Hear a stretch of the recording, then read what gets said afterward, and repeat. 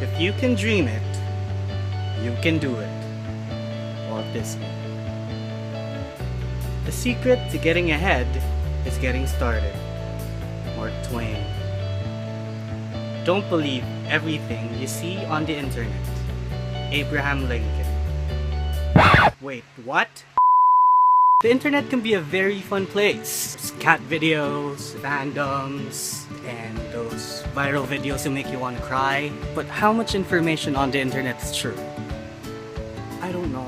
Okay, there is some truth to the internet. There are credible sources of information where you can learn a thing or two, like academic journals or research sources, or even those YouTube channels like Mental Floss or Vsauce 1, 2, and 3. There's information that you might need or information that you don't need, but it's always fun to learn more things like 25 really odd jobs, or if watchdogs can be done in real life. The internet is a really fun place, but there's so much information that we can't keep every single detail in our heads. And every day we are constantly bombarded with tons and tons of information. Most of the time we do so unconsciously. It's a miracle our brains don't explode. In fact, for those of you who are listening and not just staring at my weirdly deformed face, I am feeding you information every second and you just don't realize it. If there's one thing you're curious about, like, do those Easter Island heads have feet? Or something that you don't know how to do, how to tie a necktie?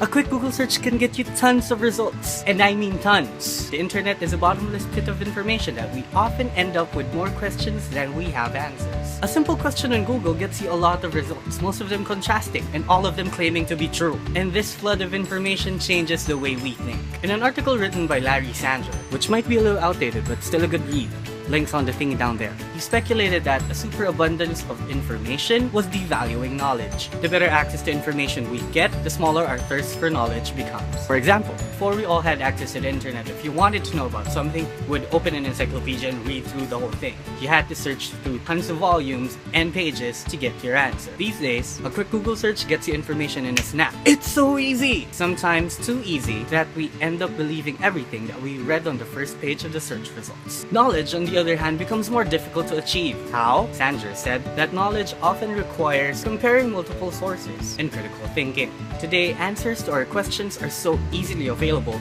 that we eliminate the process of comparing multiple sources and critical thinking altogether, because we already have an answer. Even in viral content, we often skip critical thinking and just believe everything is true. Now, I'm not after any viral video I've seen online. I love them, really, especially when they make me cry. But in an article on the New York Times, they investigated a few viral videos and items and said, truth has never been an essential ingredient to viral content. Bam! Life is a lie! But viral content is not entirely false as well. As with any other story, reality or fiction, there's always some truth behind it.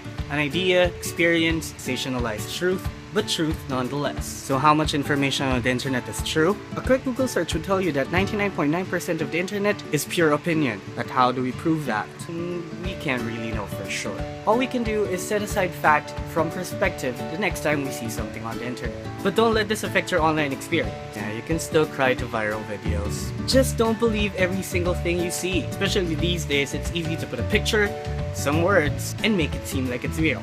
Even what I'm saying is just an opinion. So it's up to you on what you want to believe. So do some critical thinking. Keep those opinions running. And don't believe everything you see on the internet. Comments, opinions, and violent reactions are welcome below. And subscribe if you want to hear more about the thing we love the most, the internet. Until next Friday, friends. What? Oops. I almost fell. Tip number 1. Pick up a camera and say, I'm vlogging. I'm vlogging.